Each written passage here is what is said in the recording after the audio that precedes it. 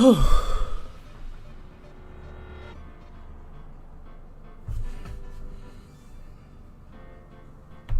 hair, jeez, I need to start getting a haircut.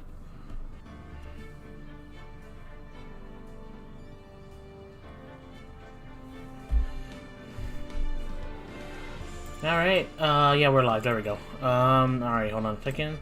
There we go. Okay, what's up, y'all, Brent? What's up, y'all, Brandon Fan the Gamers here. Welcome back to Phoenix Wright 8th Journey. So, of course, in the last part we were able to finish episode 3. And now we're moving on to episode 4, Turnabout Beginnings. So, before I start, one of my friends told me, guys, that episode 4 is just as short as the first episode, so there'll most likely only be 2 parts for this one.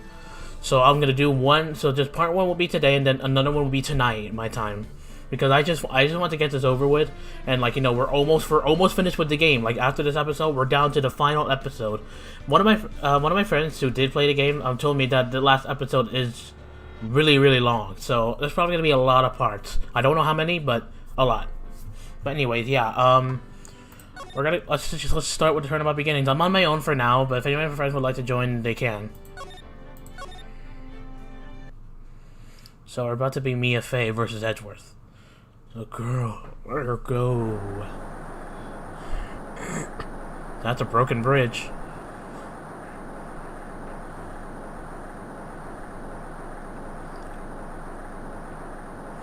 Shut up. Come closer and I kill her. Sorry, but you're not going to get that chance. Get the chance. Bang. I have no idea what happened there, but that happened. Whoever found the river. Oh yeah, that's right, Phoenix. I'm reading through the file on an old court case. It was the first case of my longtime mentor, Mia Fey. Fugitive data. Terry Falls. Charged kidnapping and murder. Sentence was a death penalty. Dated. After escaping Falls met with and them murdered, Sergeant Valerie Hawthorne recaptured in Eagle Mountain about 8 hours after his escape. Her very first client was a death row inmate who had recently broken out of prison. That was a whole year before Mia and I ever met.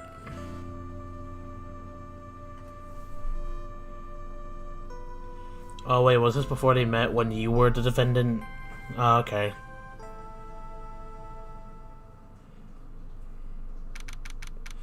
So I'm playing as Mia. Well, my voice is. I'm definitely gonna need to clear my throat a lot in this one, so I apologize. I'm so nervous. I feel like I'm going to die. I never should have accepted this case. This was our first trial. Good morning. Don't be so jumpy, Mia. I didn't do nothing. I swear, I didn't kill nobody. Terry Falls, my first client. Sentenced to death 5 years ago, and now a prison escapee. Just relax, Mia. Make small talk and try to relax him. So why did you escape anyway? I'm sorry. I didn't do nothing. I didn't kill nobody. Would you stop biting your ball? Or whatever that was called. I don't know what they call it, but yeah. Freaking Rick and Vaughn, no. I never lie. I didn't escape from nowhere. But Mr. Falls, the police just recaptured you 2 days ago. Sorry. I told a little lie. Oh boy. But anyway, I didn't do it. I never killed nobody. Sorry for asking, but you're on a death row, right? I'm really sorry. They sent me to die 5 years ago, but I was straight, I tell you. That woman, she lied in her testimony. That's why I got the death penalty. I swear, I didn't kill her. I could never do that. 2 days ago, he escaped from the police wagon when it crashed. Then about 8 hours ago, a policeman was murdered before the police could recapture him. The police believe that Terry Foles did it. After you escaped, did you meet the policewoman? Yeah, I did. She's the reason I escaped. Though not much is true. He did meet with the victim. But I didn't kill her. She was alive when I left. She was alive. It's true. I can trust him, right? I mean, I should. Ha. Well, hey. You're not going to figure out the truth by just staring at the guy. Why are you here? I came to see how our little kitten was doing all alone in the big scary lion den. I thought maybe you'd like someone to play with. Oh god, that was a voice crack. Where's Mr. Grossberg? Ha, that old man is probably still in bed. I bet he's clutching an empty bottle and mumbling in his sleep. Aren't I good enough? After all, it's me, Diego Armando. I heard that name before, right? I think it was in the first episode, but I can't remember. I didn't say. So, Diego Armando, the finest attorney at Grossberg Law Office, is here for me? No, you got it all wrong. Today, you're the finest. After all, it took an amazing amount of guts to take this case. Imagine. An escaped death row convict for a first client. Yeah, thanks. I wish I could get it out of it though. Huh, relax. I just heard some wait a minute. This is dude. You look like a stunning image of Godot. The vest is like the same. Your hair is like about the same. It's just a different color. But you're not wearing the mask. But your freaking beard hair is about the same as his. And that little freaking earring on his left ear. Just exactly like Mr. Godot. The only thing different is just that you don't wear an orange suit and you're not wearing a mask and the hair is different. But the vest is the same. I wonder. Oh well. Ha, relax. I just heard some good news. Yeah, see, even Mr. Godot says something like, ha. You sure to be like him.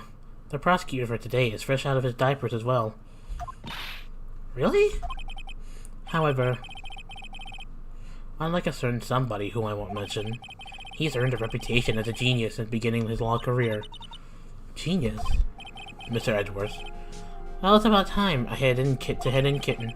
Sharp those claws of yours, it's go time. A solitary confinement cell for the condemned must be the world's loneliest place. And that's what my client ran away from. Every other lawyer gave up on him, but not me. When I saw those overflowing eyes and heard that simple, childlike voice, I just had the feeling that what he was telling the truth. I mean, then again, a lot of people can easily lie in their mouth, even whether they sound convincing or not, I guess. But we'll see what happens here. Oh God. I don't know whether or not I should give Judge a different voice, but maybe I'll just give a different voice, I guess. Court is now in session for the trial of Terry Foles. The defense is ready, Your Honor. The prosecution has been ready for a while, Your Honor. I understand that lawyers for both sides are newcomers. Yes, Your Honor. I'm Mia Fey. I'm Miles Edgeworth, Your Honor. So you're the new prosecutor everyone is talking about, eh?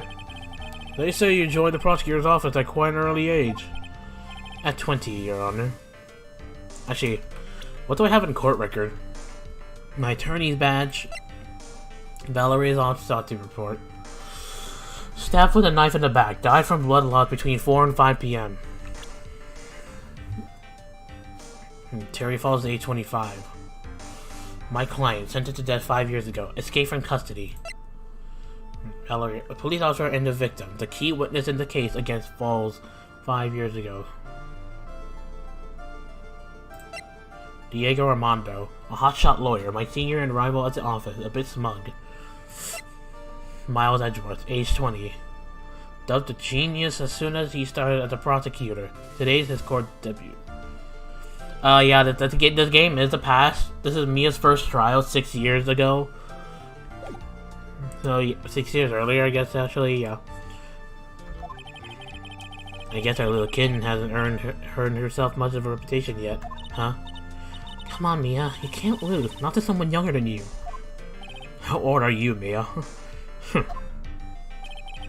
Young people running a trial. Not too sure how I feel about that. Now then, the defendant in this case is currently a felon on death row. 2 days ago, he escaped from a police wagon. Is that correct? Precisely.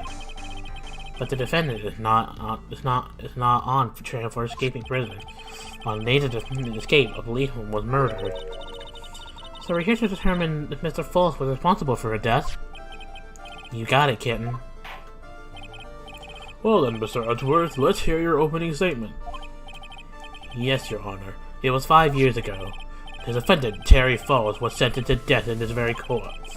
His crimes were kidnapping, extortion, and murder. The girl he threw off the bridge was only 14 years old. A truly horrible crime. I remember it well. There was no decisive evidence, so the trial was long and protracted. Correct. But in the end, what finally decided the case was a certain witness testimony. You're pointing your finger like you're freaking Manfred von Karma. A witness testimony?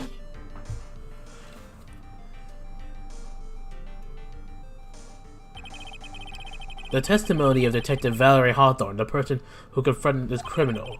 She arrested Mr. Falls at the scene and later testified against him. She said she witnessed Mr. Falls throw his young victim into the river.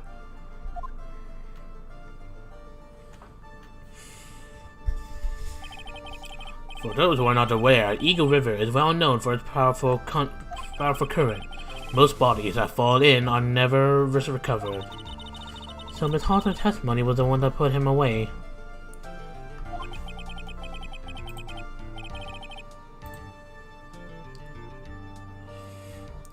Well, Phoenix was not a lawyer at this time, but yeah. A policewoman you just mentioned. That wouldn't be... Exactly. The victim. The same woman that was killed 2 days ago. Police Sergeant Valerie Hawthorne. Aha, I see.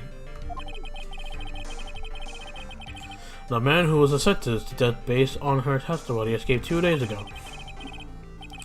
With only one thing on his mind, to take revenge against the woman who convicted him. Aha, the truth is coming clear to me now. Huh? Yes. It's quite obvious that the defendant is guilty. Objection! Wait a minute, that's not right. At least hear the case before you decide on the outcome, Your Honor. Watch yourself, Miss Faye. I'm not sure I care for your word choice or your tone of voice. Yeah, you're suddenly being like Mr. Von Karma, but at the same time, I guess he was your mentor. Or he is your mentor at this time, but he was in present time. Young people these days simply don't know how to respect their elders. Why, you're even younger than me, you hypocrite. Well, it is Edgeworth's old self, so I guess he was like, a bit of an a-hole. Now then, Mr. Edgeworth, please call your first witness. I call the detective who was in charge of the initial investigation of this case. Whoa, Gumshoe. Witness, state your name and occupation. Gumshoe, Dick Gumshoe. I'm the homicide detective in charge of this case, sir. I finally got promoted to detective division half a year ago. I don't believe anyone asked you about that. Hey, ma'am, you got any idea how much work it takes? What is it? You're really gorgeous. Excuse me? No, seriously, my heart, it's aching for you. Detective, pull yourself together and try to be professional, otherwise I'll write you up on a contempt so quick that something other than your heart will ache. Okay, I got it. Yeah. Now, detective, tell us about the incident. Yes, sir, right away. The victim was Sergeant Valerie Hawthorne, a veteran on the police force. She was stabbed at the back with a knife and died from excessive blood loss. Well, much is already stated in the autopsy report. The court would like to hear more details about that incident itself. Yes, sir, I gotcha. Okay, let's take a look at this. Aerial map of the area. Why am I this way the camera? Okay, there we go. Aerial map of the area here.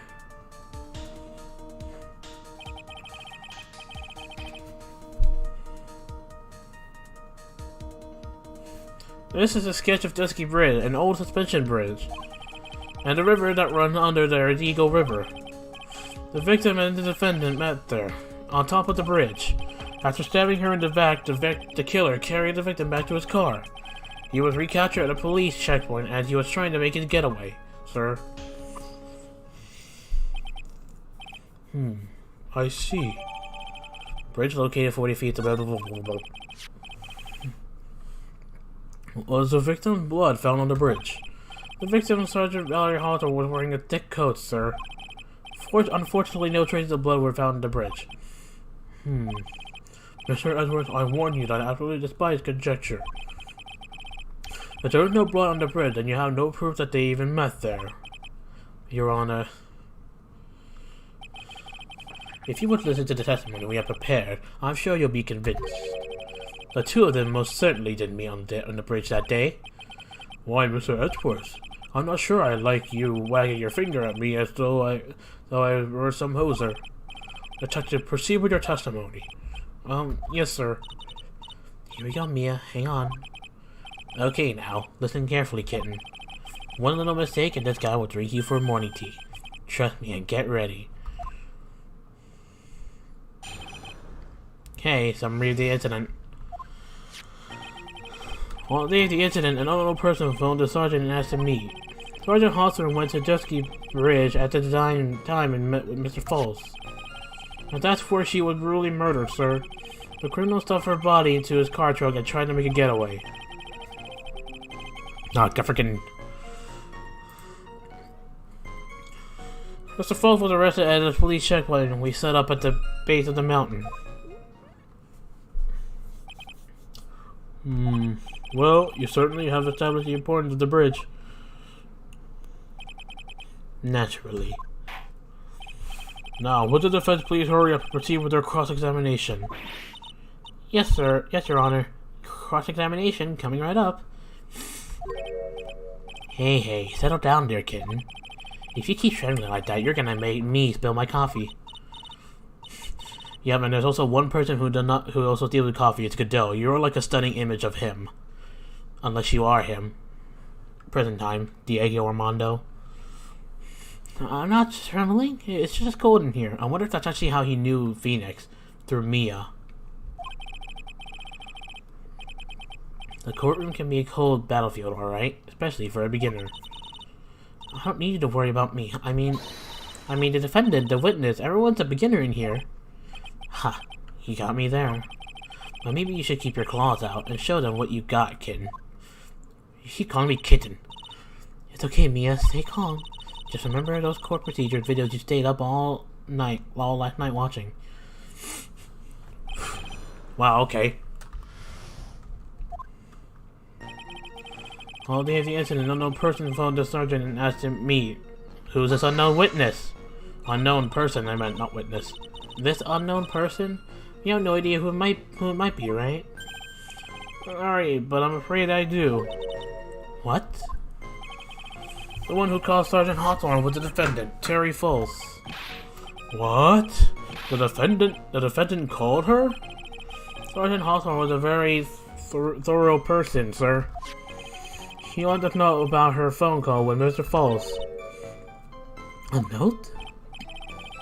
Yeah, a top secret memo that she left on her desk. Confidential police materials written by the victim, okay. According to this note, it seemed the one who called her to the bridge was indeed the defendant, Terry Falls. His bright idea was it to keep that note from me. Ha! Looks like the judge is even more sure of his verdict now. Listen up. Never ask a question if you don't already know the answer. It's that detective's fault. He's the one who said unknown person. Hey now, don't make that face at me. I just said it that way because the prosecutor told me to. Was that a trap? With that cute face, I didn't expect him to be so sneaky. Sergeant Hawthorne Wizard does give bears his eyes. Well, we already have evidence of that one. Hold on, let me check this thing.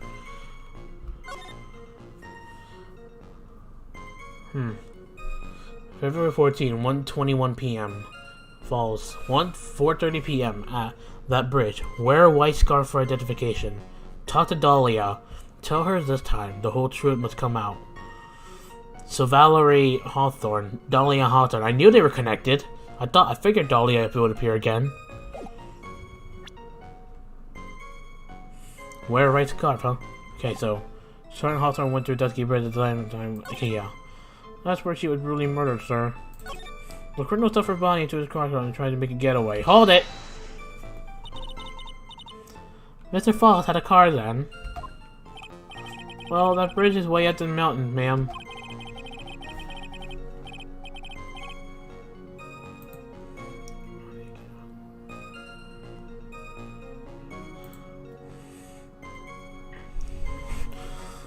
Well, that's the whole point of a lawyer, I guess, or when it gets to being in court, you have to keep track of everything in the evidence. In other words, the court record.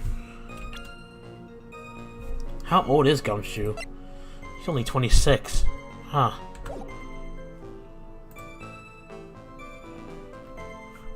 The defendant and the victim both went over there by car. I mean, how else, right? What? You mean the defendant drove his own car? No, of course not. I mean, it was stolen. I mean, I'm not saying I'm a good lawyer myself, because then again, one thing I will confess, guys, there are times where I have been looking it up, and you guys probably saw it in the stream, but not all the time, because I don't want to keep on spoiling myself. So, like, when I'm stuck at something, I mostly look it up. He stole it from a couple. Yeah, bleh. He stole it from a young couple that had been waiting at a red light. Car thieves? I'm not sure how I feel about car thieves. Is this guy sure about how he feels about anything? There's the photo of the stolen car's trunk.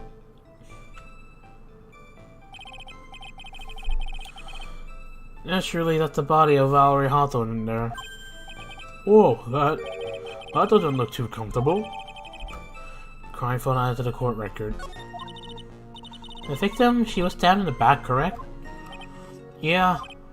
Huh. For some reason, men always seem to get stabbed in the back. We're talking about a woman here. You can't tell from this photo, but the knife was stuck in her back nice and firm. The condition of the body when it was discovered is very important information. Detective, was there anything strange or noteworthy in the trunk of the car? Oh, whoops. Here's a photo of the trunk, but I don't see anything strange, do you? Anyway? I don't know, let me check the evidence, see if there's anything strange. Hold on, let me look at the crime photo. Here, let me look at clearly so that way Gumshoe and...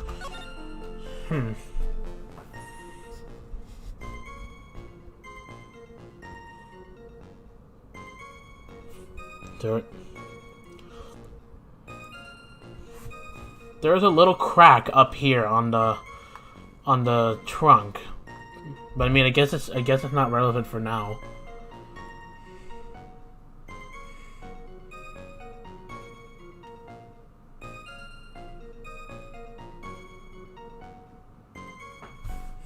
I don't know. I just something to me feel like this statement is contradictory.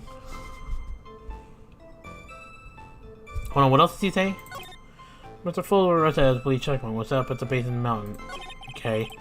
You just follow the trauma. I don't see anything strange, do you? Anyway. Well, let me read this note. Falls, 4:30 p.m. That bridge. Wear a white scarf for identification. Wait. Wear white scarf. But this victim's not wearing a white scarf in this photo.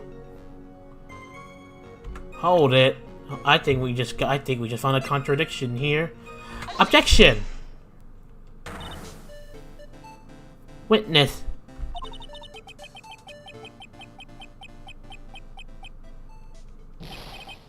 What is?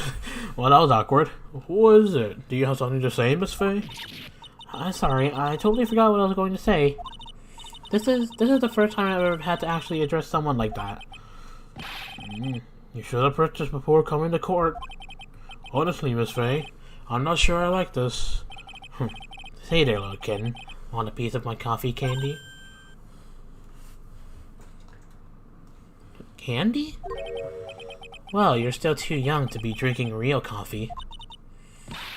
Come on, Mia, shake it off. You're a lawyer. Detective. Yes, ma'am? This photo. You said that there was nothing particular about it. Is that correct? Yeah, that's what I said. Well then, I suggest you taking a look at the note written by the victim. The note? It very clearly says, wear white scarf for identification. The caller must have forgotten what the victim looked like. Thus, the special request. I have one very simple question for you, detective. Where is the white scarf? I can't seem to find it in this photo. Well, to be honest, we didn't find it in the trunk, ma'am. Oh. And you stopped there? You should have looked for it. Ah! The caller told her to wear it to identify herself, so I suspect she did just that. Well, Mr. Edgeworth, what do you have to say about this? I see the defense is a little lacking. Nani? The scarf you are searching so desperately for, is it this one, perchance? Ah! Where did you find that, sir? On Dusky Bridge, I was there first and decided to conduct my own investigation. Why did you tell me? I made a decision to keep all pieces of evidence in my personal satchel. It's a safer place, I know.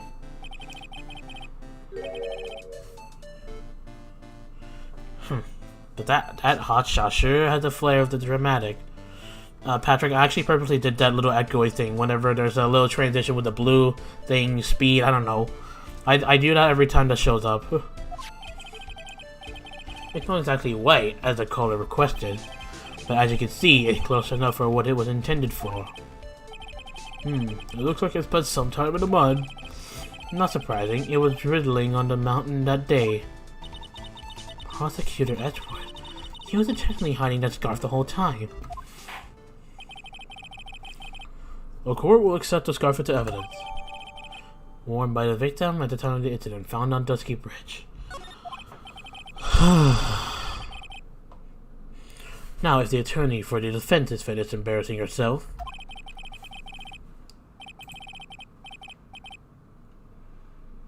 It's a voice changer, Patrick. I'd like to move on with the testimony. That is alright with you, isn't it? Isn't it, Miss Faye? Boy, would I like to wrap this scarf around his smarmy little neck. Very good. Now, if we're done with this mud-covered scarf business, the prosecution moved to establish conclusively and with hard evidence that Miss Hawthorne and Mr. Falls did indeed meet on that bridge that day. Further, we will show exactly what occurred there.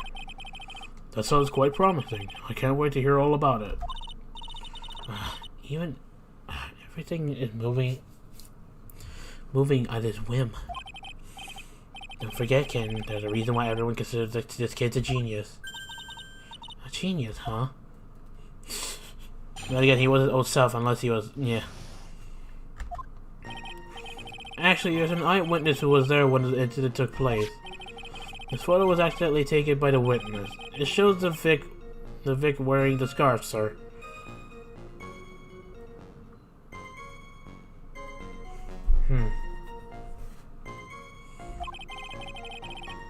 It was drizzly that day. Unfortunately, it's a little hard to see what's going on.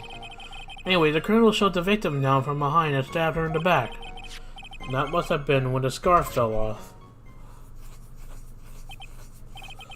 Looking at this photo, you really get the sense that this bridge is very high up. I'd probably be a little scared, especially because I'm afraid of heights myself. It is about a 40-foot drop from the bridge to the Eagle River down below. Mr. Edgeworth, who took this photo anyway? Let's just say that it was a well-intentioned third party. Ah, but that's a witness, so why isn't this person in the courtroom? Well, they said they absolutely did not want to testify. The person in question is very delicate, Your Honor. Besides, as long as we have this photo, we see no reason to compel them to testify. Oh, I'm not sure how I feel about that. Witness photo added to the court record. So, as you can see, Terry Falls had both the motive and the opportunity. I think it's quite clear at this point what happened on that bridge. Aha, that truth is becoming clear to me now.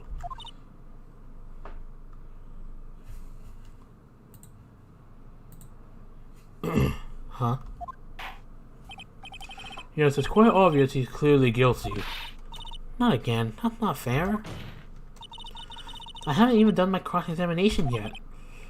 What do you mean,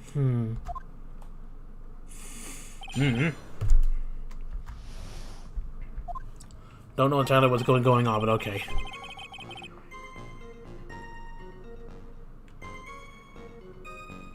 Actually, there's an eyewitness who was there when it took place.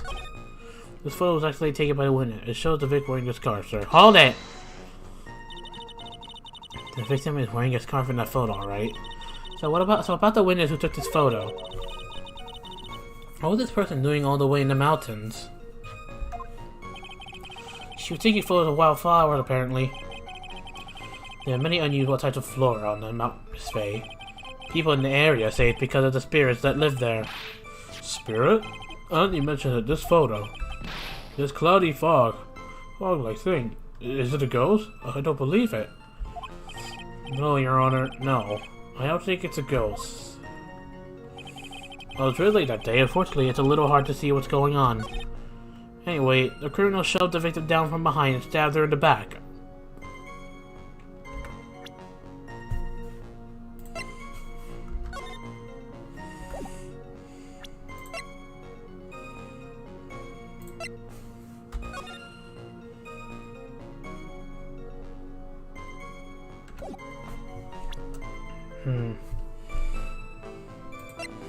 Something seems contradictory with that statement.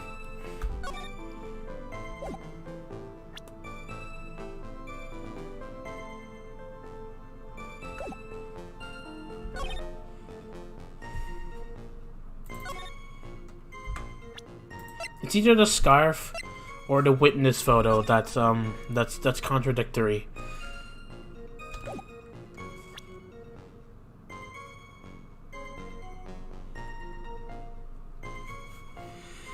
Huh.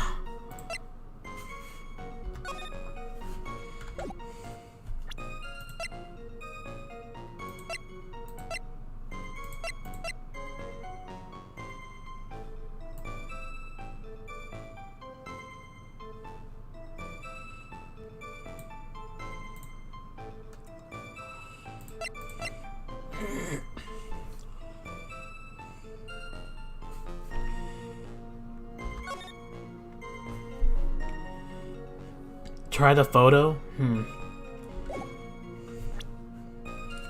Well, let me read it. Anyway, the criminal shoved the victim down from behind and stabbed her in the back. Actually, come to think of it, they're looking face to face, so I don't know how they shoved. But at the same time, it could be the scarf or the... No, not the crime photo, but the dusky bridge map. There's a broken bridge at the back of it. 5 yards. Eagle River, car over there, okay. Yeah, I'll...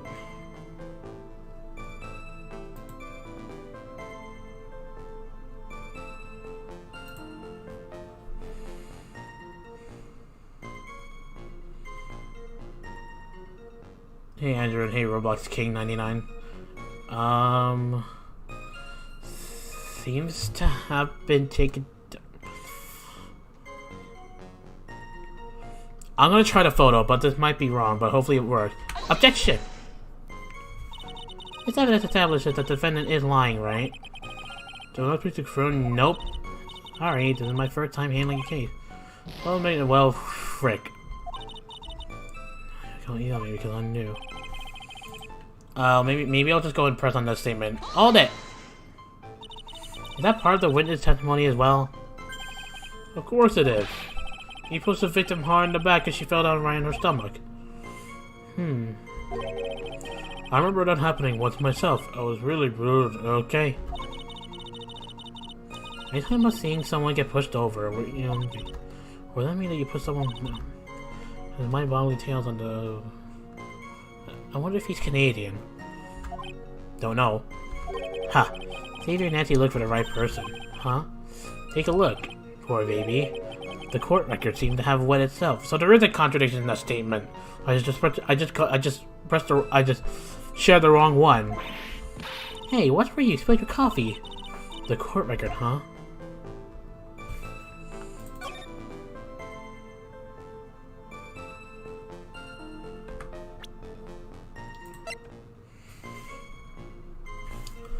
Where was the scar facing, though? Actually...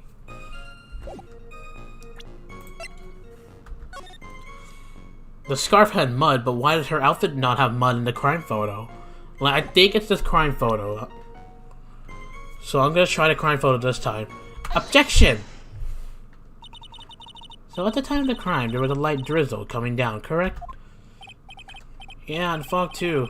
Just a generally soggy atmosphere. Well, I have evidence that doesn't go with the soggy atmosphere. This is the photo of the victim's body that was found in the car trunk. Considering the condition at the scene of the crime, something isn't right. Well, by all means, please enlighten us as to what isn't right. What is it about this photo of the trunk that doesn't fit with the contradiction that day? Her outfit. She doesn't have mud, but her scarf only did. Naturally, the answer is right here. Who is Godot? He's a prosecutor for present time, but right now, in this episode, it's the past of 6 years earlier. The victim's coat? As far as I can see, there's nothing strange about it. That's exactly what's strange. Recall the testimony. What were the conditions on the bridge that day? It was drizzling and foggy. Dusky bridge was all wet. If the victim really had fallen down on her stomach on top of the bridge, then the front of her coat should have been covered in mud. Honey, that's exactly right. The other day I fell in a muddy street and my gorgeous play up here was befouled. Objection! I do admit that the crime scene was quite wet that day. However, that doesn't mean the top of the bridge itself was muddy. If your honor had fallen in the shower instead of on a muddy street, your glorious hockey beard price of the legal league would be wet but not muddy. Fortunately, I have yet to test that. Still, your point is well taken. Can you prove that the surface of the bridge was muddy that day? The surface of the bridge, huh? Ha! A real man wouldn't stand for a taunt like this. Neither would a real woman. Of course I can. Nani? Here's the evidence that proves the surface of the bridge was muddy. The frickin' scarf, it's all muddy and all that stuff. Take that! The evidence is the scarf. Oh. It should be obvious. If the scarf fell into the bridge and got this muddy, it means that the bridge was obviously covered in mud. No. I can't be outwitted by this novice bimbo. Is that a word? Bimbo? Hey, hey to you, buddy. This phase solution makes perfect sense to me. Objection! I do admit that there appears to be a contradiction between the condition of the victim's coat and her scarf. However, the real question is, why is there a contradiction? Huh?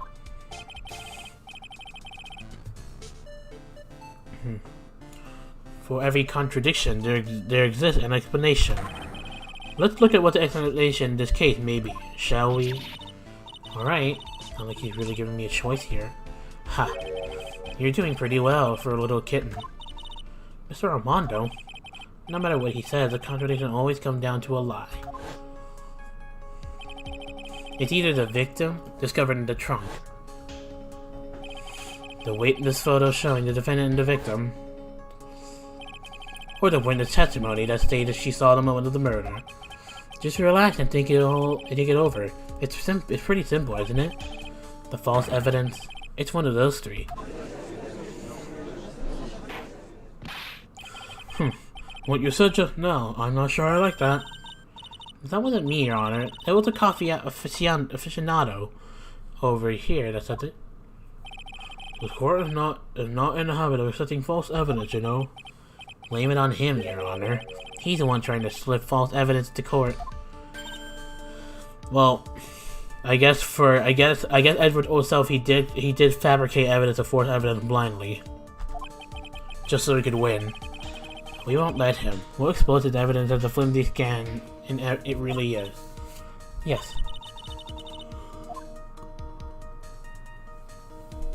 The false evidence in this case is the photo, the body in the trunk, the witness testimony. I'm gonna save it here.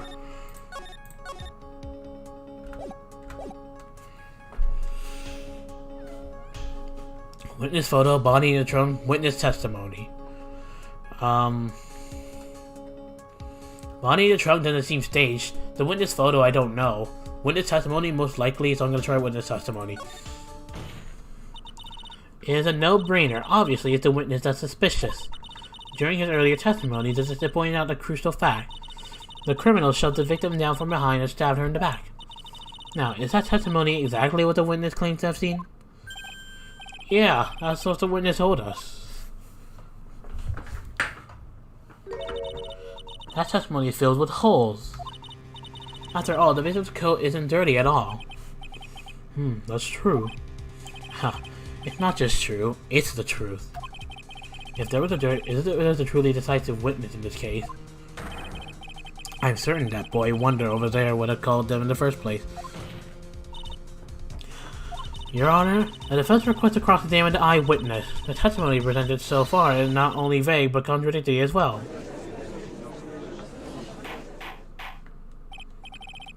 Well, Mr. Edgeworth, it appears that we'll need to hear from your mystery witness after all.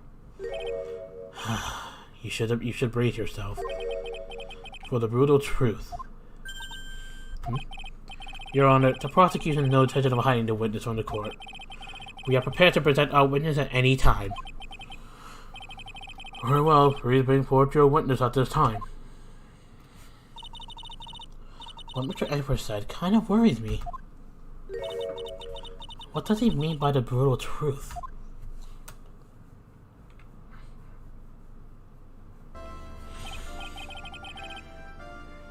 Now, let's proceed with the testimony. Mr. Edward, please go right ahead. Thank you, Your Honor. The prosecution summoned the woman who saw the event that day with her very own eyes. This is it, Mia. The battle begins here.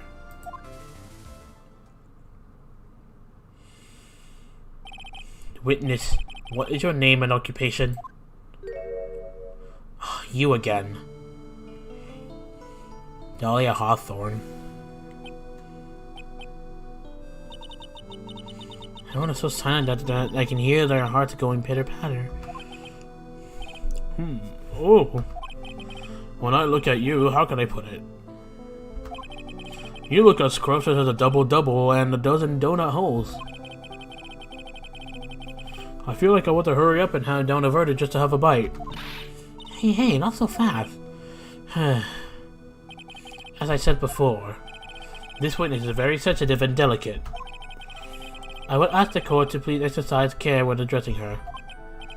Yes, indeed. Thank you, Mr. Edgeworth. You are a true gentleman. Miss Fay, you could learn a lot from this man. He's such a gentleman, he sure doesn't act like one to me. Sir? Yes, my dear. Jeez Louise, I'm already gonna be lightheaded from talking too much, especially as Dahlia. This is my first time, so I'm sure I'll make a lot of mistakes. Well, that's pretty much what happens to everyone. Anyway, I just wanted to say I'm sorry for all the trouble I might cause. Not at all. It's no trouble at all. Now then, may we please have your name and occupation? My name is, Melissa Foster. What? No, you're not. I'm a college student, a freshman in the literature department. You were on the scene when the unfortunate event occurred, correct? And you were the one who took this photo? Is that accurate? Ah! How can you be so mean? Now see here, what are you doing shoving down their face like that?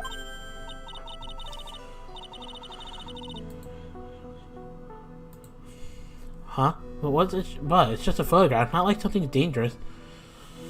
I don't have anybody for now, but because then again, I did ask them others, and they're not available at this time. So I'm probably gonna get lightheaded. So hope, but I can already feel it happening. But whatever. Next time I'll be forced to penalize you.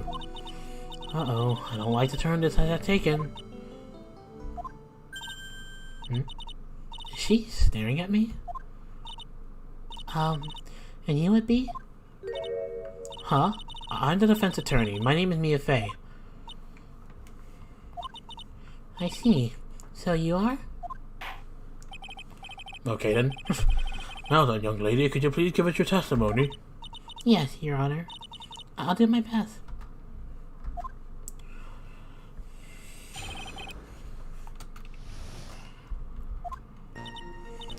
Oh boy, here we go. I was using my camera to take some pictures of wildflowers. Then I noticed there were two people standing up on the suspension bridge. Suddenly, they just started fighting. That's when I hurried and took the photo that showed the crucial moment. And right after that, I called the police. By the way, where were you standing when the incident occurred? I believe the map would be of help here. I was standing right over here. So you were over there.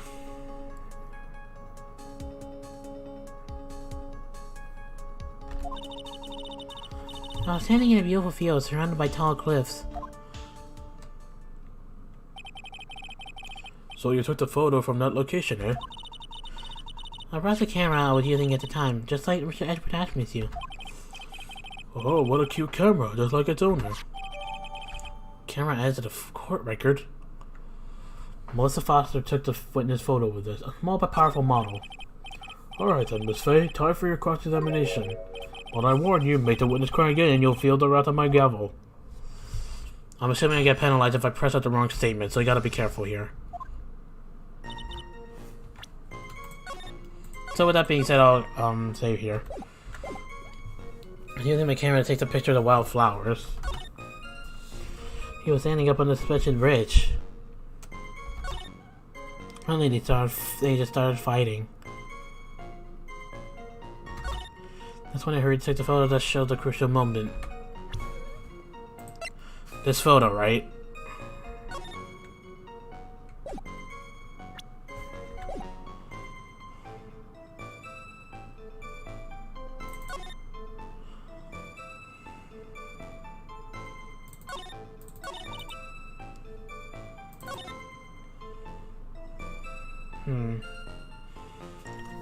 Might be risky, but I'll try it. Hold it!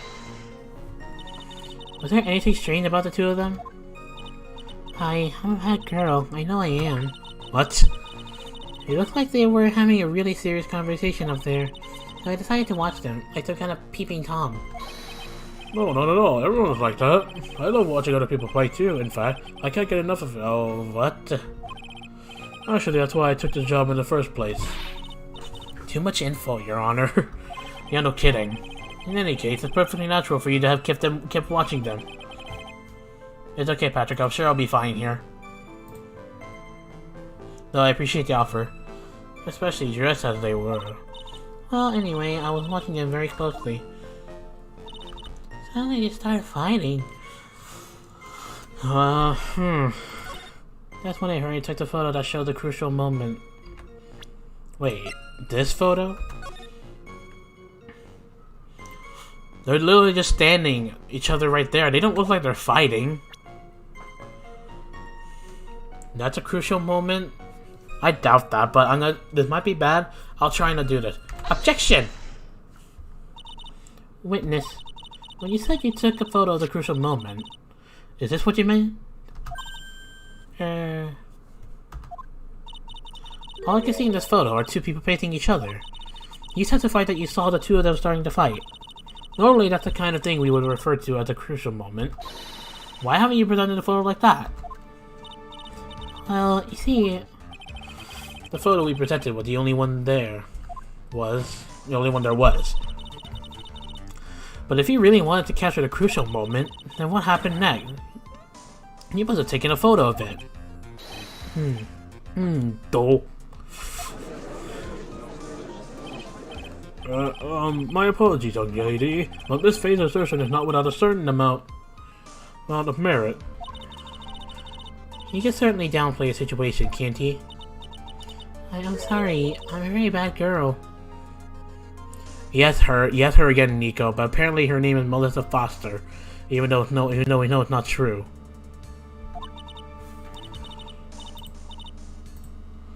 I used it all on the film, I mean. You ran out of film? This photo was the last one. What? Unfortunately, that is the truth. I personally examined all the photographs she took that day. Yeah, right. All the other photos are of the witness herself playing among the wildflowers. I swear Edward's literally starting to remind me of Manfred von Karma, the way he's posing. The witness herself? Then who took the photos? Well, you see, my camera had a timer feature built into it. So you took photos of yourself? I remember taking some photos of myself once too. Please, no details. It seemed that Miss Faye's assertion was not so decisive after all. Wait just a minute. Well, if she had no film, then she couldn't very well take more pictures, eh? Miss Foster, perhaps then you could tell us about a different sort of photo. Photos of the incident that you took with your very own eyes.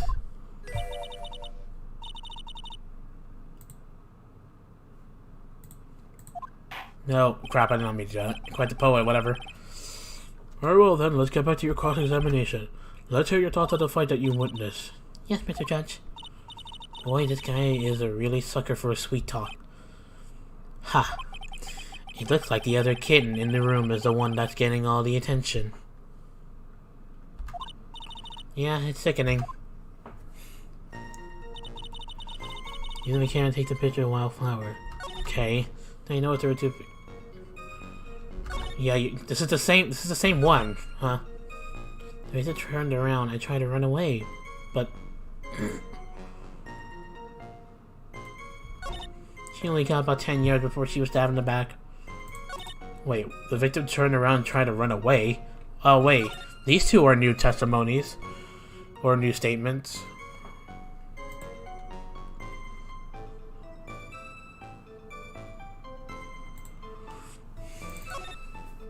Turn around trying to run away, but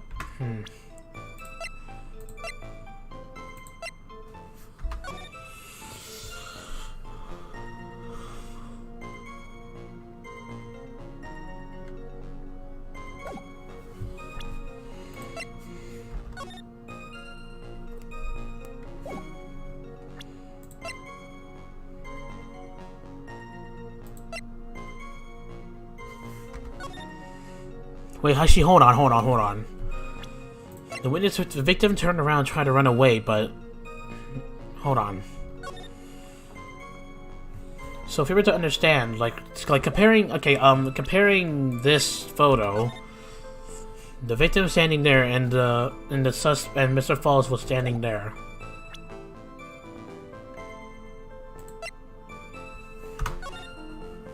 So am I to assume that the suspect was here and the victim was like over here?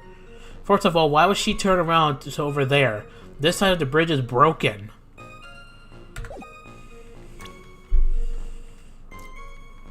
So I'm sorry, but there is a glaring contradiction right here. Objection! Witness, your testimony is a joke. Huh? What? But I just... Miss Faye, I thought I warned you not to make the witness cry. One short testimony and two bad contradiction. Hey, Ave. There's no possible excuse. You say there were two contradictions? It's simple. Just take a look at the diagram of the area. According to her testimony, the two of them were in the middle of the bridge.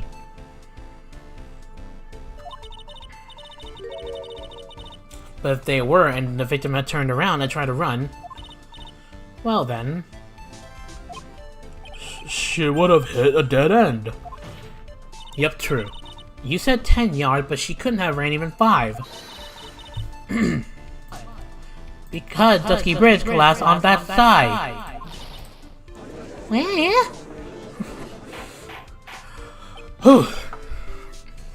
What does it all mean? It's very simple, Your Honor. This charming little witness told us charming little lie. That's all there is to it. Yeah. This beautiful young lady has been lying to the court? Objection! Just a moment, Your Honor.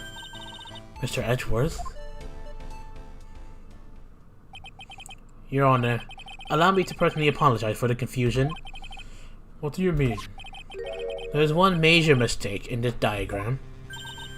What did you say? What are you referring to? It's all because the diagram was made after the incident occurred. It's a very old bridge. We couldn't find any official blueprints of it. So you're saying... I'm saying that even though that bridge is currently in disrepair...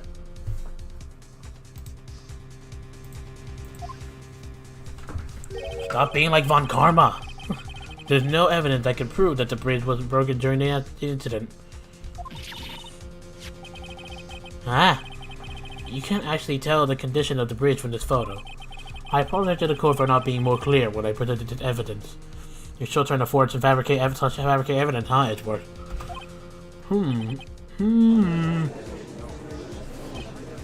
Okay, never mind. I thought I was gonna pound his gavel. Ha, that guy is good. Huh? What do you mean? He planned it from the beginning. He's a genius, alright. That diagram of the bridge was insurance policy. What? That coward! Well, Miss Faye, it seems you've once again made a reckless accusation. Nani? I'm sorry. I should have been more careful myself.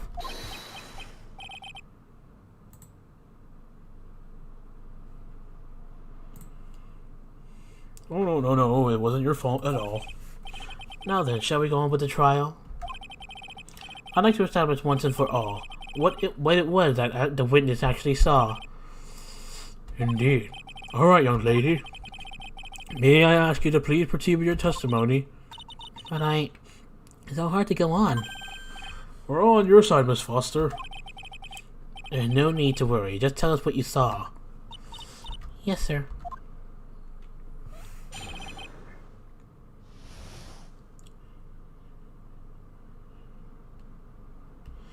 Running from the crime.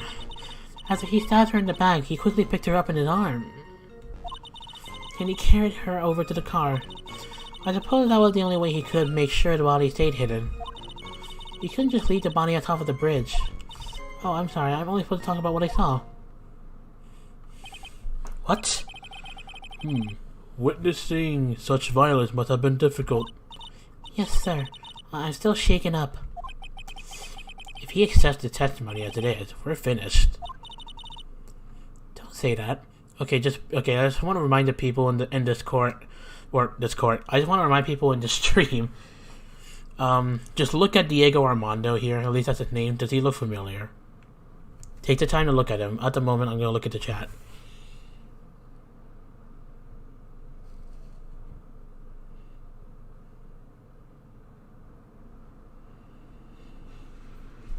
And you're good when it says, I'm not a freaking story time teller or a freaking storyteller or freaking whatever.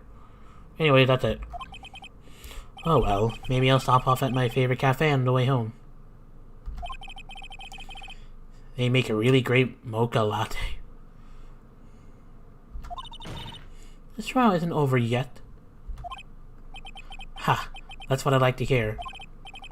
Alright, Miss Faye, your cross-examination, if you please. The contradiction is staring you right in the face, Mia. Go on the attack. G.S. Gorman, if you watch my past episodes, like episode 3, 2, and 1 of Trials and Tribulations, you will know who Godot is.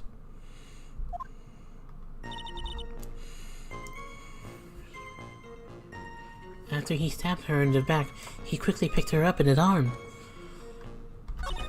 And he carried her over to the car.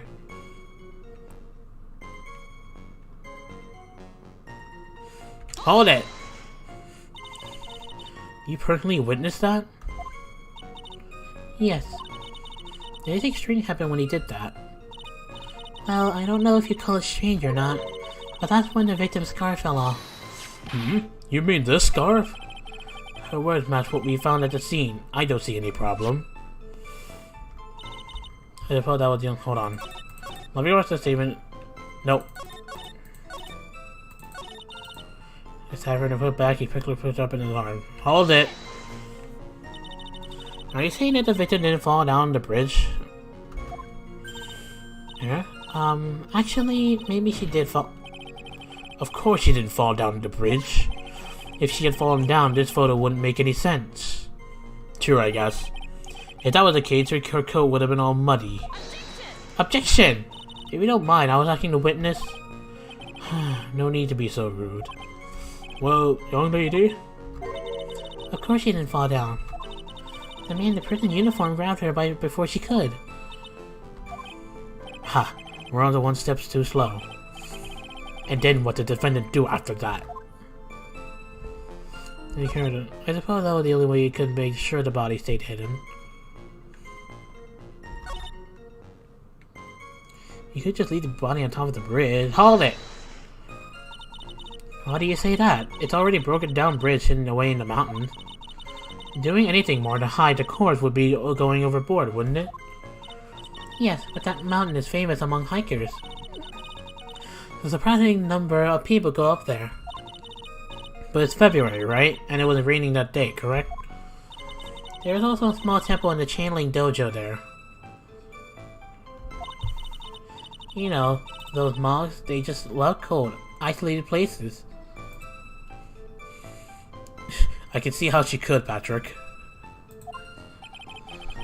I think the witness is trying to say that the corpse could have been found at any time. Besides, the witness is merely reporting what she witnessed with her own eyes. All the time, I'm only supposed to talk about what I saw. Hold it! And you're absolutely certain that it was my client who was carrying the body? Well, he was wearing a prisoner's uniform, but as for his face... So you're saying you didn't get a clear look at his face? Well, they were far away and it was raining as well. And I thought I was only supposed to say exactly what I saw. Excellent, you're a remarkably honest young woman. Something about the testimony is bothering me, but what? Hey kitten, have you ever put salt in your coffee? No, why would I? Why not? Huh? It may actually go bitter. Better, not bitter. Go with coffee than sugar, right? Listen, my point is, if you're not sure, you might as well add total salt to it. It might bring out the rust into something, like a piece of evidence. He's right, Mia. Go present something. You've got nothing to lose. By the way, I wouldn't put salt in my coffee. The two don't go well, after all. He stabbed her in the back. He quickly picked her up his arm. I suppose that was the only way he could make sure the body stayed hidden. Hold it! You mean the defendant carried the body all by himself? Yes. Considering the size of the defendant, I don't think it would be difficult. Yes, but let's remember they were on a narrow bridge that was ready to collapse. Is it even possible for him to carry a dead body on the bridge like that? Objection! Well, the fact of the matter is that he did. That kind of talk is just not there. Wow, why did he get so emotional all of a sudden? Miss Faith, they did something out of possibility. Please share it with the rest of us. You couldn't just leave the bridge on top of the bridge.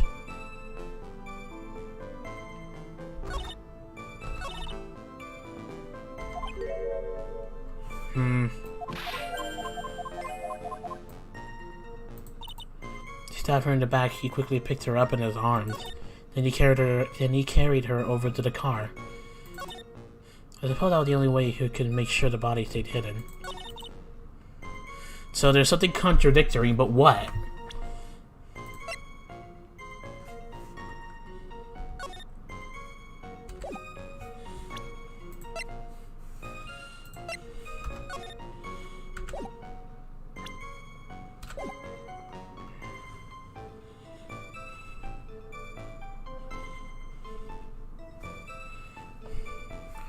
I pressed out all the statements and nothing new came up, so there's gotta be a contradiction at one of these statements.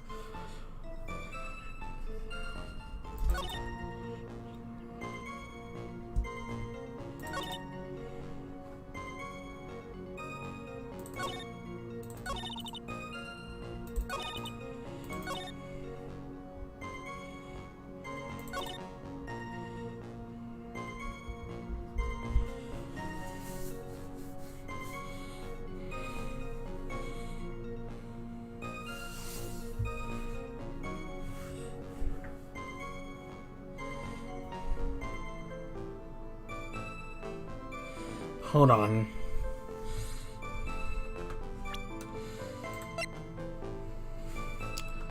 This might be wrong. I could be wrong, but how does she know that that he carried her over to the car over there when she was right here?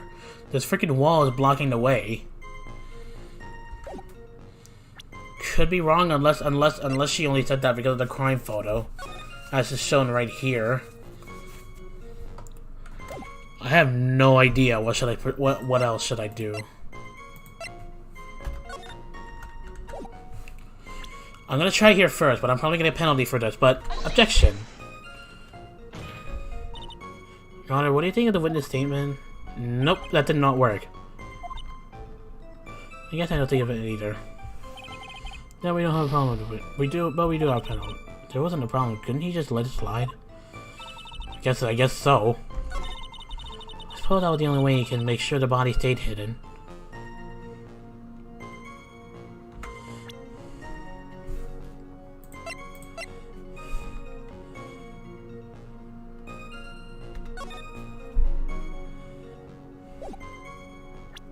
I honestly have no idea what's contradictory or which statement it is. This is one tough testimony here.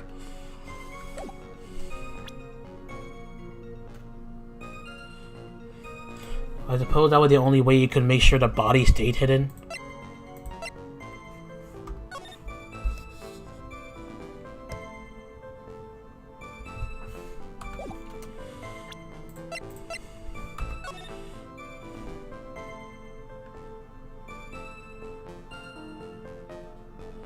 The only question is that it didn't stay hidden because it's already in there. But how did the who took that picture? Where'd the crime photo even come from?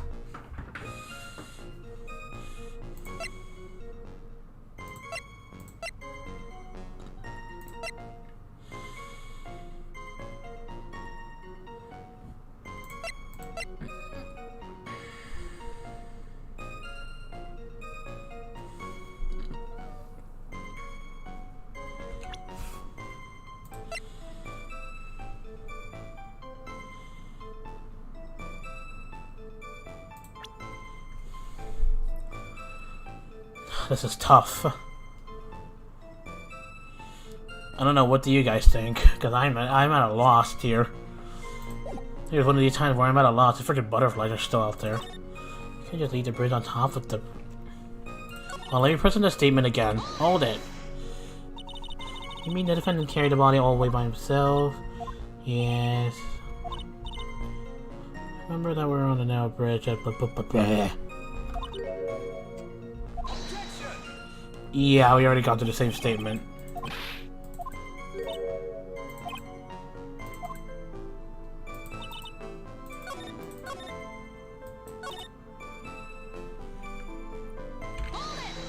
Let me try that again. What did she say here? Are you saying that the thing didn't fall into the bridge? Oh, yeah, that's right. This is what it said.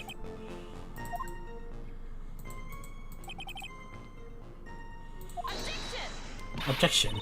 You don't mind I was asking the witness. No need to be so rude, well, young lady. Of course you didn't fall down. Ha, we're one step too slow. What is it, Ave?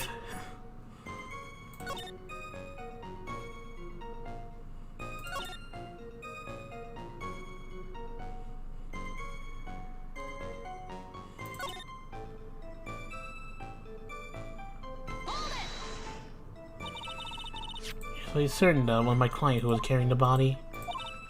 Well, he was wearing a pretty uniform, but as for his face... So you didn't get a clear look at his face. Well, they were far away and it was raining as well. I thought I was only supposed to say exactly what I saw. And you're wrong. Honoring me from what? Hey, kitten, have you ever put salt in your coffee? No? Why would I? Why not? Yeah. Might as well add a ton of salt to it.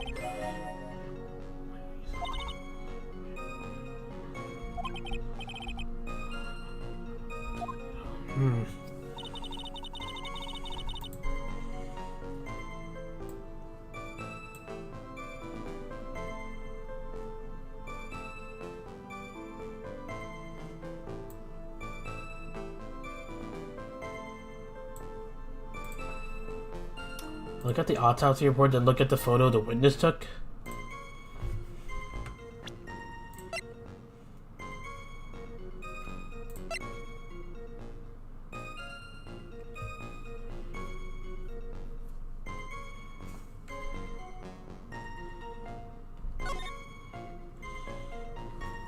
Well, yeah, hold on.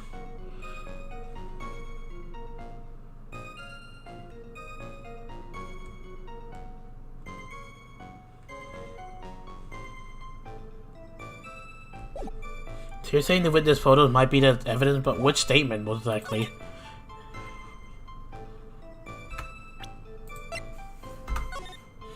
I mean, the autopsy report said it stabbed with a knife in the back.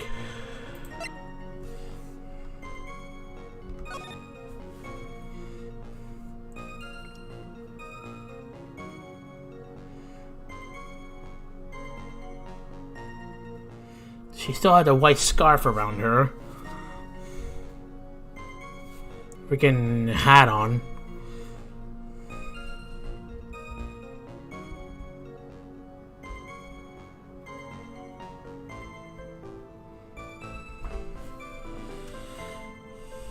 Well, let me reach the cell says. Then he carried her over to the car. I suppose that was the only way he could make sure the body stayed hidden. After he stabbed her in the back, he quickly picked her up in his arm. Oh, no, no way. He couldn't just leave the body on top of the bridge.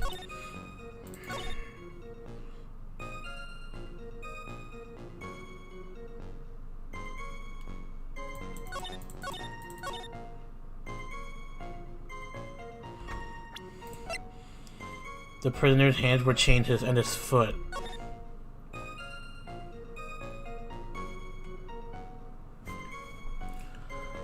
You guys could be right, but let's see if this witness photo is exactly. After he stabbed her in the back, he quickly picked her up in his arms. So you're saying this is what it should present it on?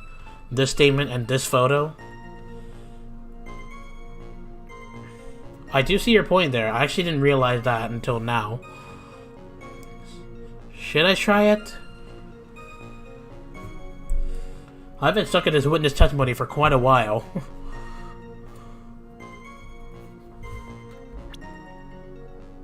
I gotta remember I have profiles.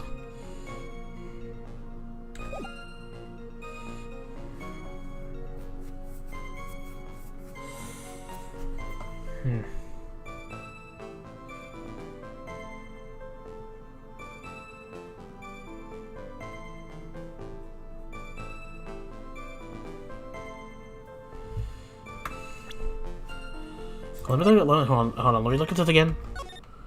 Wear white scarf and they talk to Dahlia. Tell her the time the whole truth must come out. Crime photo.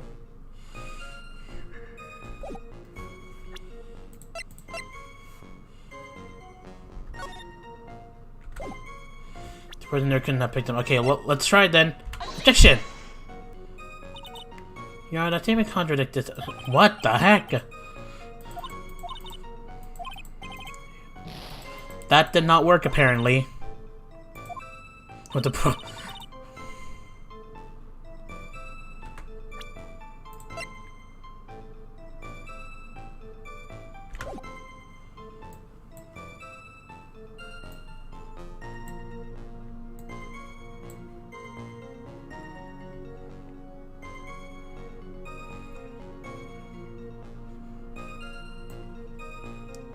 Wait, so we don't know how she got to the trunk.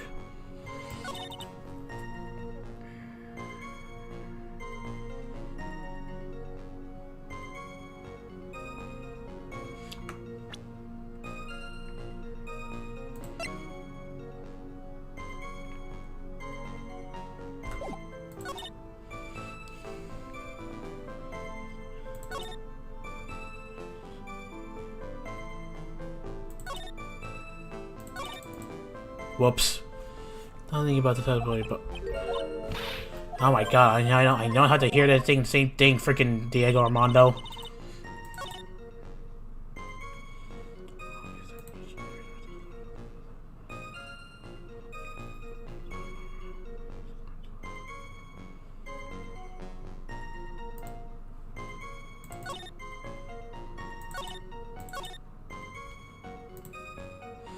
Well, it's obvious that he carried her to the car, but something must have happened after that photo was taken to have the woman turn. First of all, oh crap.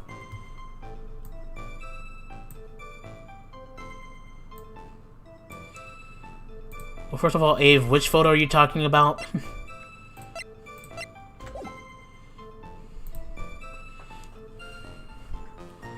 What have happened after that photo was taken to have the woman turn around like she was going to her car?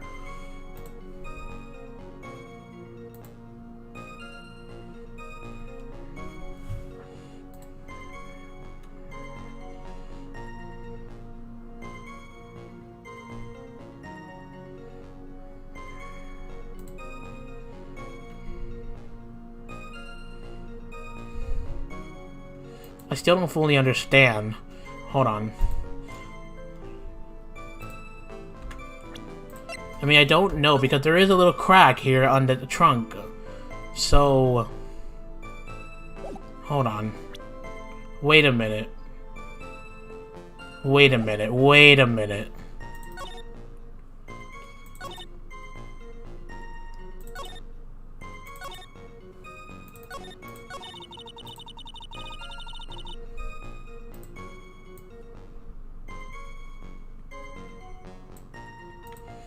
So you're saying something must have happened after this photo was taken?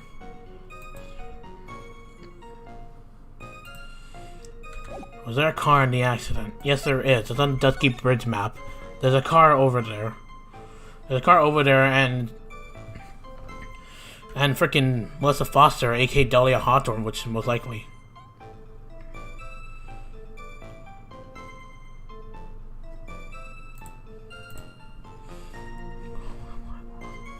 Because and freaking she admitted that she was over here. Wait, present the map onto the green, trying to keep the body hidden. Something doesn't seem right.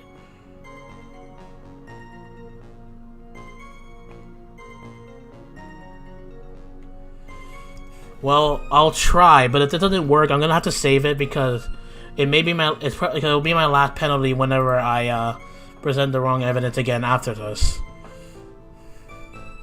I suppose that was the only way he could make sure that...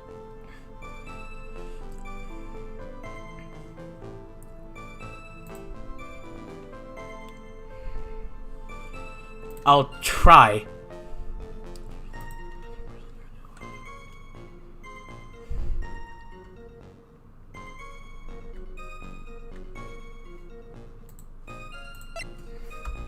Huh? If you look closely at the prisoner in the photo, it looks like he's holding something. Well, it would make sense if he was holding his freaking wrecking ball that kept him from moving or something. Actually, to think of it, doesn't really make sense how the bridge will still be stable, but I guess it's a strong bridge.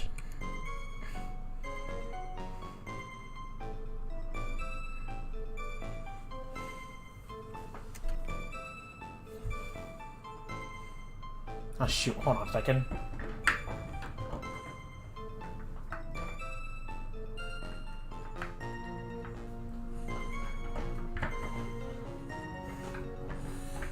Sorry guys, hold on a second. Apparently I freaking got a missed call.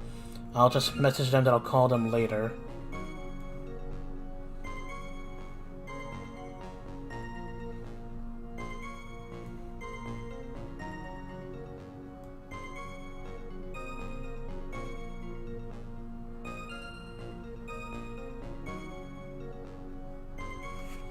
Alright, but I'll go ahead and I'll first try and say what dude said. I'll try and do what Patrick said.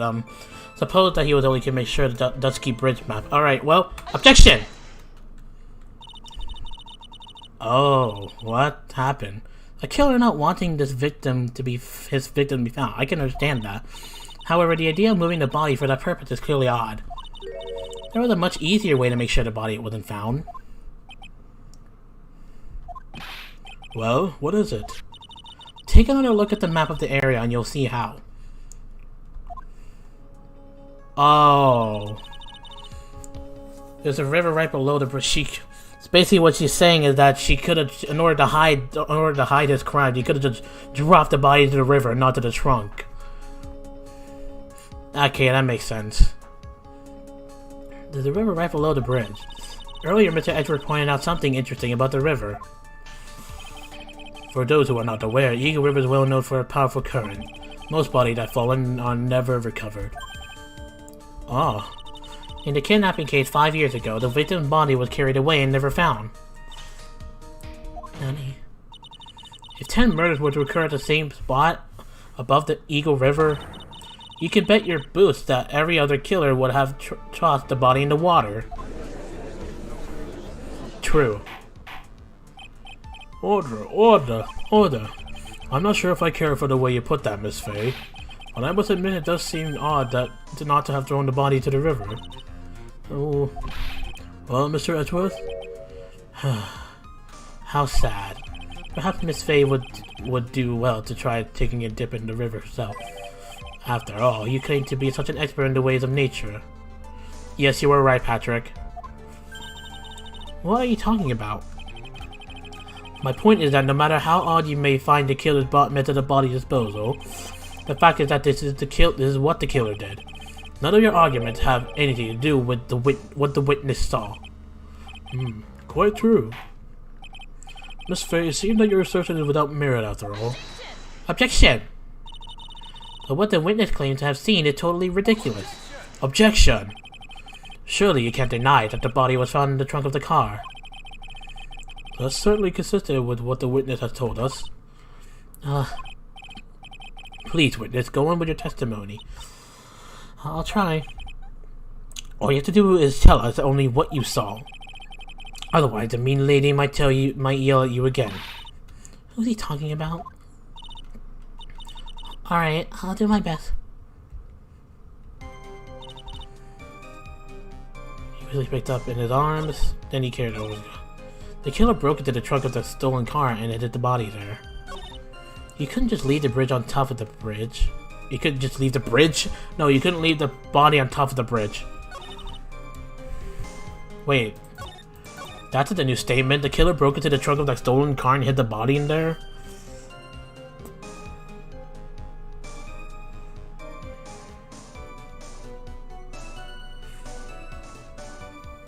The killer broke into the trunk of the stolen car and hid the body in there. Hold it! What did the man do then? Well, naturally he got in the car and was about to flee. That's when I came to my senses. I said to myself, you have to call the police. And so that's when you call the police. You're sure that you saw all that with your own eyes? Yes, I'm 100% certain. You couldn't just leave the body on top of the bridge. Okay. The killer broke into the trunk of the stolen car and hid the body in there.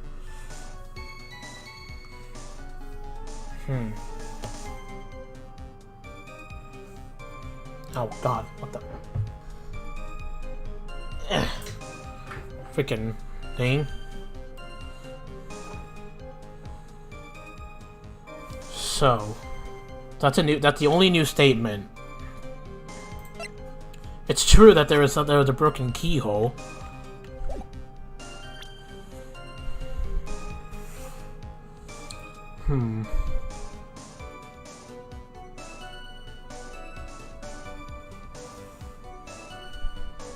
Wait. Okay, there's like two things wrong about this statement. Let me address this. There's two things wrong about this statement. Okay, one, why would he break into the car trunk?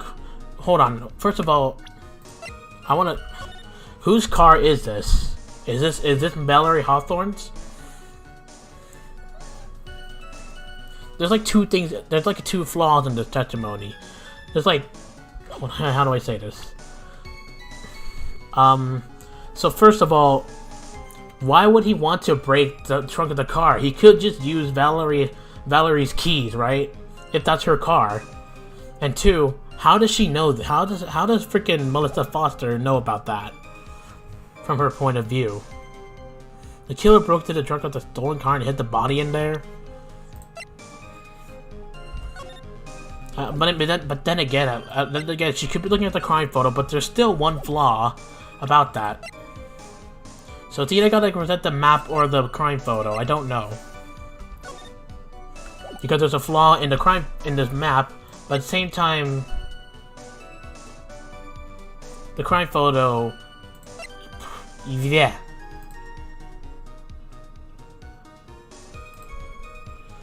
Okay, so let me try this. Objection! Well, Miss Foster, it looks like you've done it this time. Done what? Made a crucial mistake. A crucial mistake? Like what, Miss Faye? The killer broke into the trunk of the stolen car and hid the body in there? You're saying you saw that, right? With your very own eyes? Yes, and? It's simple, Miss Foster. Take a look at the diagram. The place you claim to have taken the photo from that day is here. Do you see what I mean? Even if you tried to see the car, this outcropping of rock is directly in the way. Huh. That's right, Miss Foster. From where you were standing, you could not have possibly seen the killer's car. Objection. I admit that the diagram shows a large outcropping of a rock. However, it is so tall that it would stop her from seeing the car. That's right. It's not high at all. I was able to see his car just fine.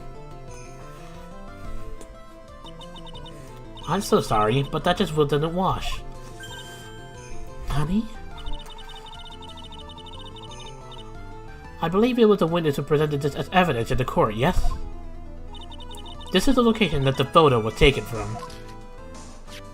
Yeah, your own photo tells the whole story. You can clearly see the left side of the bridge. Oh yeah, that's like a really, really long cliff. But the outcropping that is being referred to is really more like a cliff. Ah. Your view should have been completely cut off by this cliff. But still, you claim to have been able to see the killer's car. No! Oh god. Order in the court. What is the meaning of all this ballyhoo? What the heck does that mean? Objection! Your Honor, don't jump to any hasty conclusions. The fact that the escapee fled in the stolen car was reported on the news. After witnessing a murder, I'm sure she can appreciate that the witness was very upset. She must have heard about the stolen car and convinced her herself that she saw it. Objection! But she repeatedly warned before starting her testimony. She was told to testify only what she saw with her own eyes. Mr. Judge? What is it? I think I must have remembered things wrong. Hold it! Hey, wait a minute. You can't just say that. Objection! Miss Faye, no one on the face of the planet is perfect. Yes, indeed. Quite true. You know what they say. To err is human, to forgive divine. What? I'm inclined to give the benefit of the doubt to our witness here. What? That's not fair. Ha. Save the tears for later, kitten. Mr. Armando, don't look back until the trial is over. Now's the time to go forward. But that wasn't fair. Okay, kitten, you need to relax. Then you need to remember the other kitten's testimony. You surly like unloved kittens. The killer broke into the trunk of the car and hid the body in there. So tell me, how did she know that? How did she know that he broke into the trunk? Aha. Well, Miss Foster, until you can explain how you knew that, you're going to have a lot of very suspicious people on the side of the courtroom. Well, witness? Well, I'm certain that he broke into the trunk because there were marks on the trunk lid. I'm certain there were scratch marks from when he broke into it. What? Let me see that photo. It's true. These certainly look like scratch marks around the keyhole. It's obvious that this trunk has been broken open. Well, Miss Faye, are you satisfied? The judge is on her side. I can't make any mistakes here. What she just said, is there a contradiction there somewhere? I'm gonna save it here, guys. I made it this far. I cannot go back. I'll buy it. It doesn't work. What? It doesn't work. All I'm gonna say, it doesn't work. Melissa Foster, it looks like you finally betrayed yourself. What? You said you were in the field taking photos of wild flowers, but even so, you knew about the scratches. The question is, when did you get a chance to see those scratches? I know I should be doing the Echo thing, but I'm too lazy. Finally, I finally got her. Ha, I'm getting pretty tired of waiting over here. And perhaps it would be faster if Miss Faye explained herself. Your Honor, there's only one possible explanation. The reason the witness had seen the scratches was she happened to be hunting by, she put the corpse in herself. She is the owner of the car. She happened to passing by, it does sound logical. Just because she's the owner of the car doesn't mean that she did it. Doesn't mean that she knows. Because then again, she did say it, so it doesn't matter if she is the owner of the car. She put the corpse in herself. That makes her a suspect. And that is what I'll be doing. At least maybe. I'll go ahead and do this. Hopefully, she put the corpse in herself. There's only one way that witness had the chance to see this. Actually, that would make sense. Because now to think about, come to think about how this freaking witness photo, how would he be able to carry the body? About what you guys said. There's only one way that witness had the chance to see those scratches. Yes, what is it? Naturally, when she opened the trunk and stuffed the corpse in herself. Nutty. The person who really hid the body in the trunk of that car was Melissa Foster. It was you that did it, wasn't it? That's ridiculous. I could never. It was a man in the prison garb. He's the one that... I don't think so, Miss Foster. If Mr. Falls had been the one to put the corpse in the trunk, he would have simply used the car key. There was no need to break it open. That's exactly my point. That's why I point out a flaw there. But he stole the car. He stole it from a young couple that had been waiting at a red light. Which means that the key would have still been in the ignition. Oh, I see. Thank you for telling us about the scratches, Miss Foster. But without that, we never would have uncovered the truth. That it couldn't have been Mr. Falls that put the body in the trunk. No! Objection! Preposterous. Do you even suggest that the witness put the body in there? If that were true, then how do you explain the photo that she took? The corpse could only have been put in the trunk when the incident occurred. And we already know that at the time, she was taking photographs. Now's your chance, Mia. Finish this thing. On the contrary, I'm not so certain about that anymore, Mr. Edgeworth. Nutty. There's no need to think too deeply about it. What I'm saying is the shutter for this may not have been pushed by Foster herself. Well, no, because the camera. It has a timer function, that's right. Take that! Let's take another look at this camera and see what features it has, shall we? It has a timer built on into it, even a mini tripod. Why, it's almost as if she had bought this camera just to take this picture. Objection! What are you trying to say then, Miss Faye? That when the crime occurred, Miss Foster wasn't in the field that she claimed? Well, if she really did use the camera as the timer, then the answer is yes, she was somewhere else. Exactly, she was not in the field. Would the defense please explain further? Listen, this is a crucial point. Where was Miss Foster when the incident occurred? In answering that question, we'll also make clear Miss Foster's true identity. Oh then, please answer this question. Where was Melissa Foster when the incident on the bridge occurred? If we are to assume that she's the one who put the body in the trunk, and the fact that Valerie Hawthorne did not wear the scarf on her neck in the trunk, we are to assume that she was trying to impersonate her, as the victim in the photo just to stage the crime scene. Take that! So she had to be the victim. So she had to impersonate the victim by being her at the bridge.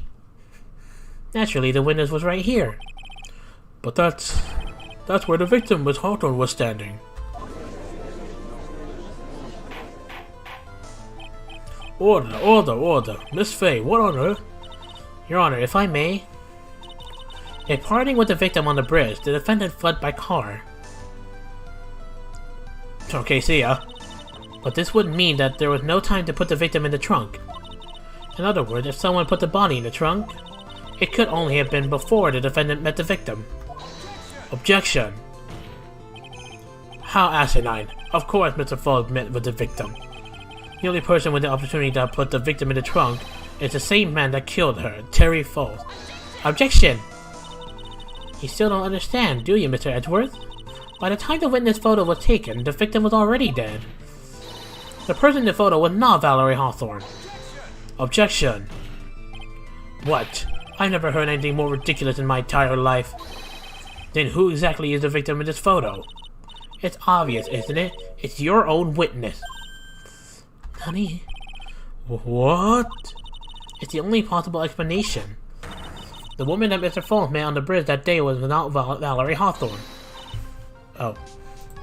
It was you, Melissa Foster. Me? Let's remember that it was raining and foggy on the mountain that day. Mr. Falls himself believed that the woman in front of him was Valerie Hawthorne. Objection.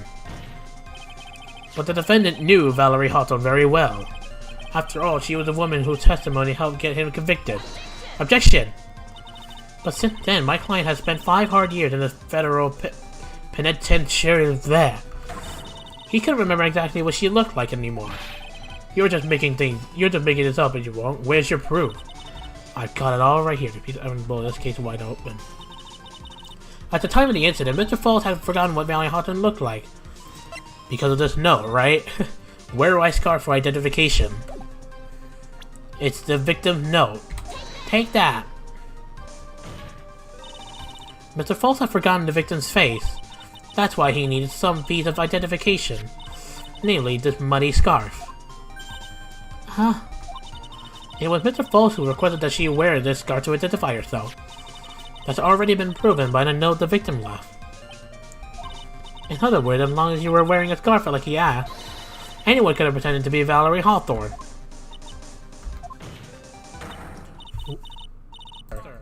Well, what do you have to say to that, Melissa Foster?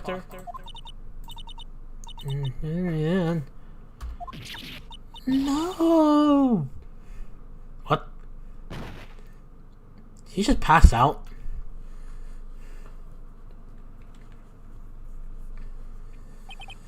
Where's Miss Foster? She's collecting herself in the lobby. It's obvious that Melissa Foster did it. She hid the body in the trunk and disguised herself as the victim. Where'd she get that coat, though? That's my question. She set up the camera to snap a fake photo of them together. The only question is, why did she do it? Her motive, that's right. Well, isn't that obvious? She's a real culprit. Well, that's not a motive. Well, we'll have to wait for Miss Foster to compose herself before we start again. Until then, this court is in recess. The defense and the prosecution are both to wait in their respective lobbies. Yes, Your Honor. Understood. Very well, this court is in recess. To be continued. Damn. Almost lost that. Glad I heard about your thoughts, Patrick. Alright, the next part, without a doubt, should be the last part of the episode 4, because this is a very short episode. So I'll be doing it tonight, but I'm gonna go. I'm actually before we head out, I'm gonna see what they're gonna say here first. I'm just gonna see, just for a little teaser, what's gonna happen to the next part. Mr. Falls, I'm sorry. I want to say thanks. You're real good. You really hooked me up. Can you stop biting your freaking... So weird. Thanks. We're almost there. Once I prove that she committed the crime. Yeah, but there's a big obstacle we got to get past. Obstacle? Yeah, motive. Why would Mrs. Foster kill that policewoman anyway? Motive, huh? Anyway, we're still badly in need of information. Information? Right. What we need the most is info about Miss Melissa Foster herself. All we know is that she's a student studying literature. And one more thing. What is it? Well, the incident that happened 5 years ago, of course. The kidnapping murder case that Zebra Boy is on death row for. I didn't do nothing. I killed nobody. I never lie. Mr. Falls, in that case, tell us more about it. About what happened 5 years ago. Okay, I trust you. Well, that day, 5 years ago, I dream of it. Every day. This picture, it reminds me of everything. Bridge looks same, just like then 5 years ago. Like it could fall apart. Fall apart any time, any minute. So it's been broken like that for at least 5 years. Ha! Sorry, buddy, but you sound like the one that could fall apart any minute.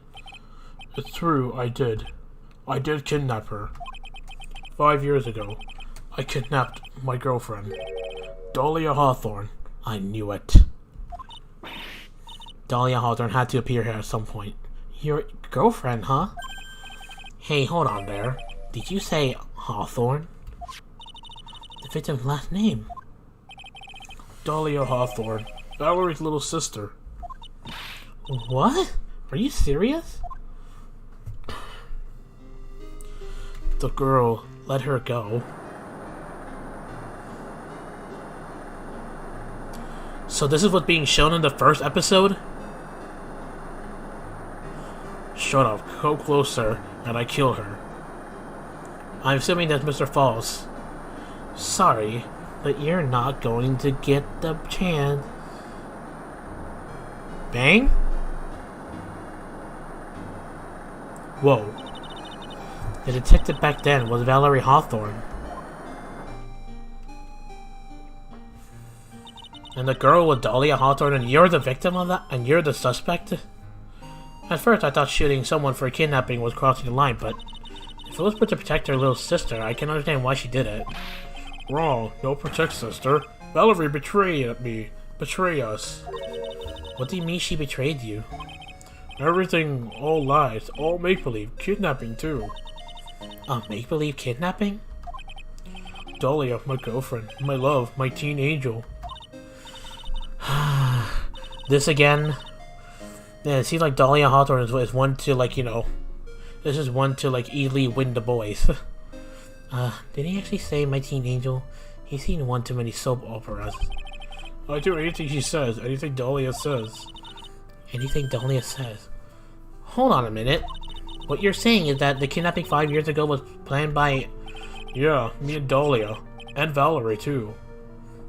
So the kidnapping was fake. But why? Valerie was in on it. Dahlia's family rich. Jewelry business. We get one jewel. That's what we thought.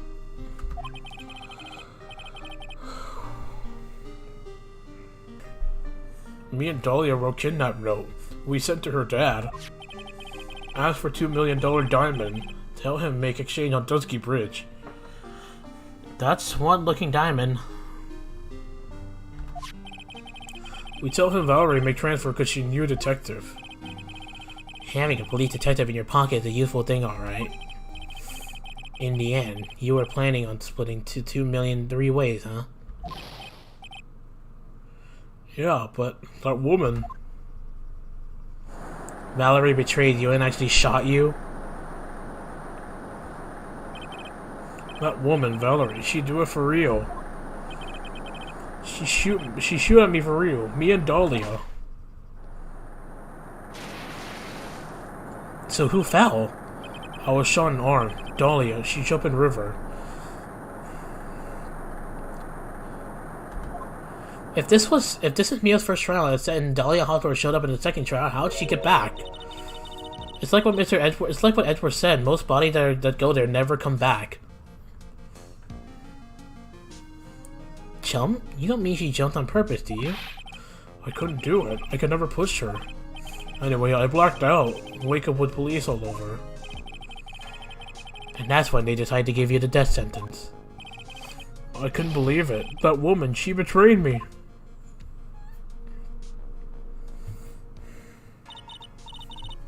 That man, Terry Fall, he killed her. He threw her off the bridge.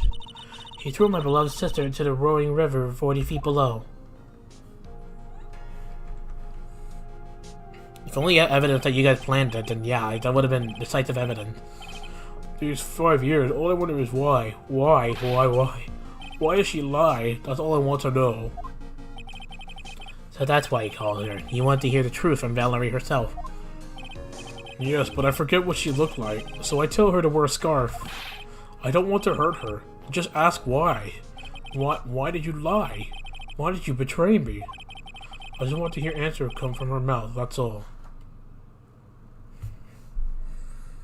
Wait.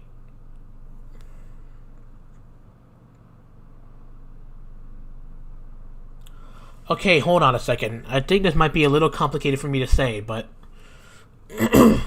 we know that Melissa Foster looked exact... That's creepy.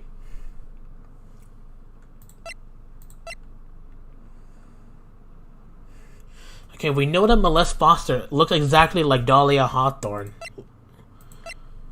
And like, you know, because in the first episode it was Mia's second trial, but this one is her first trial, and then she claimed that this lady here is Melissa Foster. So if we were to give her a motive, we would have to prove that she's actually Dahlia Hawthorne, because Dahlia Hawthorne would have a motive to kill Valerie Hawthorne just to prevent getting answers from her to say to Mr. Falls. It might be. So the fact that Melissa Foster here, if we're gonna suspect her, then we would have to prove that she's Dahlia Hawthorne, because she has a motive to kill Valerie Hawthorne. Because she wanted to, like, you know, keep the answers secret from him, Mr. False. At least something tells me that. I don't know. I could be wrong, but this freaking unidentified face of Dahlia Hawthorne is weird. Valerie's younger sister, victim of the kidnap plus murder at Dusky Bridge 5 years ago. Well, apparently she didn't die. She's literally right here.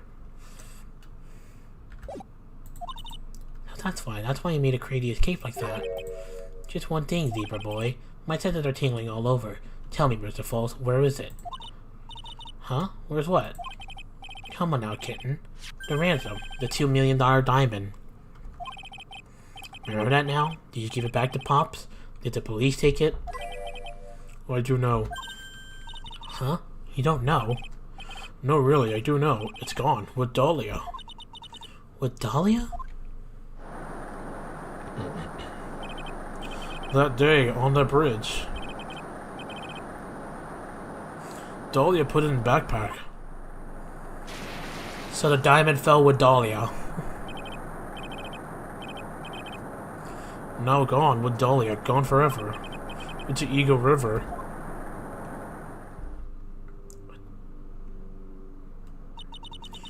It disappeared with Dahlia, huh? Wait a minute. You can come back in now. We're about ready to go. Mr. Falls, just one more question. When you said with Dahlia, do you mean the diamond is still missing? Along with the body of Dahlia Hawthorne? Never found her. My sweet Dahlia. They never found her? Swallowed by river. Gone. Dahlia. My teen angel.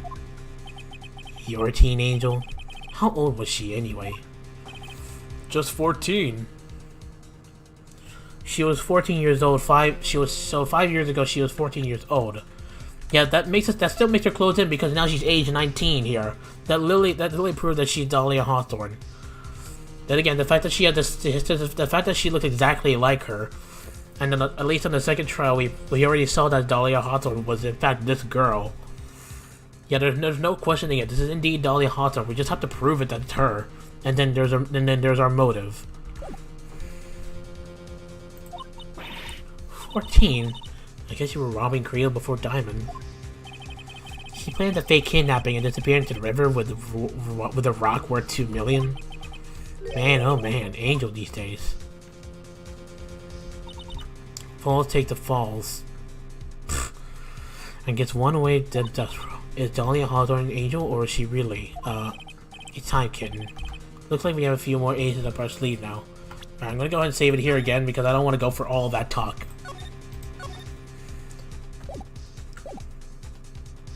So yeah, I'm gonna go ahead and stop it here. Okay, so now we're on to something. That Molest Foster is indeed the suspect for this case. But the one thing I'm still worried about is the fact that Edgeworth, right? He said that he never lost a single case until Phoenix showed up.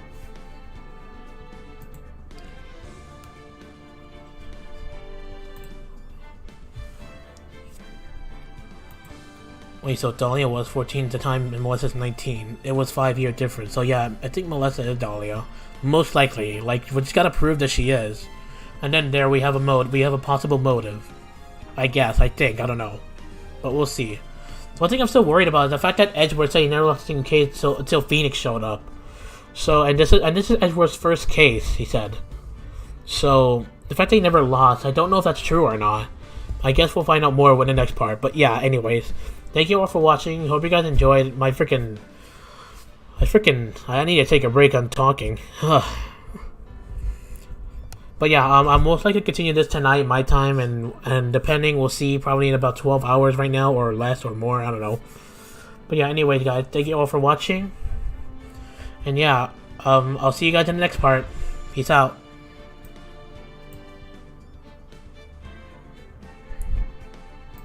More case in BTI, yep, alright.